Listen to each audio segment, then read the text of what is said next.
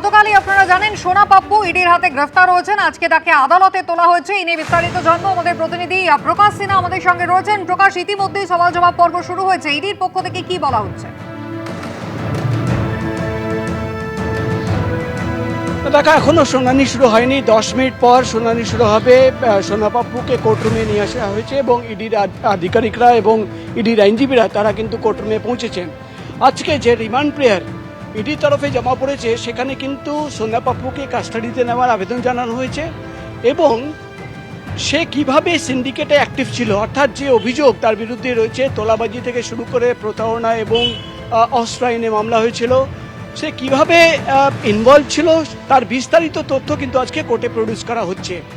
তুমি জানো ইডি তরফে আগেই জানানো হয়েছে যে 3 ধরনের উইং কাজ করতো এই গোটার তোলাবাজি র্যাকেটে। একটা হচ্ছে প্রভাবশালী অর্থাৎ পলিটিশিয়ানদের, যার মধ্যে বেশিরভাগ কাউন্সিলররা অ্যাক্টিভ ছিল। অন্যদিকে পুলিশের একটা উইং ছিল যেখানে শান্তনু সিনহা বিশ্বাস সেই উইংকে অপারেট করত, এবং আরেকটা উইং যে ফ্রন্টে গিয়ে তোলাবাজি করত এবং প্রমোটারদের ধমকানো চমকানো, তাদের থেকে টাকা নেওয়া অর্থাৎ জোর করে তোলাবাজি করা, তাকে নেতৃত্ব দিত এই সোনা পাপ্পু। এবং তোমার মনে থাকবে সোনা পাপ্পুর বাড়িতে যেদিন তল্লাশি অভিযান চালানো হয়েছিল, জয় কামদার তার বাড়িতে এবং অফিসেও তল্লাশি অভিযান চালানো হয়েছিল, সেখান থেকে একাধিক আর্থিক লেনদেনের তথ্য সামনে এসছে। এবং তোমাকে বলে দিই, যেটা ইডি সূত্রের খবর, যে প্রোটেকশন মানি অর্থাৎ কোথায় কোথায় তোলাবাজির টাকা পৌঁছে গেছে, কোন কোন প্রভাবশালীদের কাছে, কোন কোন পলিটিশিয়ানদের কাছে এই টাকা পৌঁছে গেছে, একাধিক তথ্য রয়েছে ইডির কাছে। সোনা পাপ্পুকে কাস্টাডিতে নিয়ে সেটা যাচাই করতে হবে, সেই সমস্ত নাম সামনে রেখে জিজ্ঞাসাবাদ করতে হবে এবং পুলিশের সিন্ডিকেট, পলিটিশিয়ানদের সিন্ডিকেট এবং ক্রিমিনালদের সিন্ডিকেট ত্রিশূলের কথা কিন্তু কোর্টরুমে বলা হচ্ছে ইডির তরফে। একেবারে আদালতে আজকে ইডির পক্ষ থেকে কি দাবি করা হয় সেদিকে আমাদের নজর থাকবে। প্রকাশ, ধন্যবাদ। ইডির তলবে গতকালই সিজে কমপ্লেক্সে হাজিরা দিয়েছিলেন দক্ষিণ দমদম পুরসভার প্রাক্তন চেয়ারম্যান পাঁচু রায়। সিজে কমপ্লেক্সে ডেকে দফায় দফায় তাকে ইডি জিজ্ঞাসাবাদ করলো। সূত্রের দাবি, গতকাল মুখোমুখি বসিয়ে ধৃত সুজিত বসু এবং পাঁচু রায়কে জিজ্ঞাসাবাদ করে ইডি।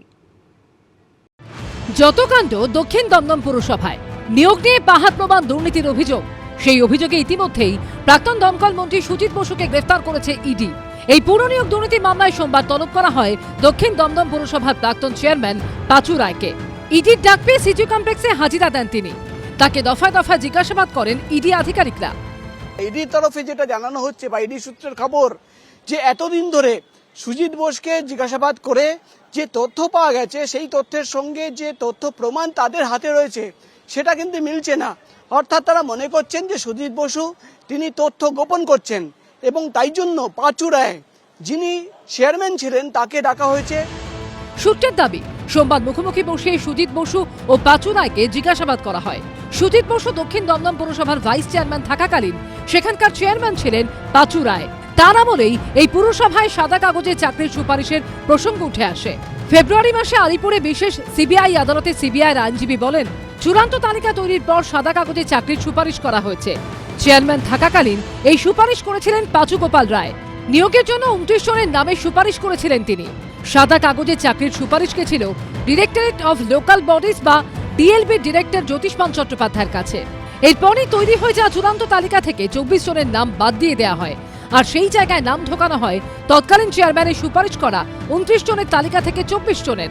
সিবিআই সূত্রে দাবি, দক্ষিণ দমদম পুরসভা ও সেখানকার তৎকালীন চেয়ারম্যান পাঁচু গোপাল রায় বাড়িতে তল্লাশি চালানোর সময় এই সুপারিশের কাগজ উদ্ধার করা হয়েছে। এবার এই নিয়েই দফায় দফায় ইডির জিজ্ঞাসাবাদের মুখে পড়তে হলো পাঁচু রায়কে। প্রকাশ সিনহার রিপোর্ট, এবিপি আনন্দ। এবিপি আনন্দ, এগিয়ে থাকে, এগিয়ে রাখে।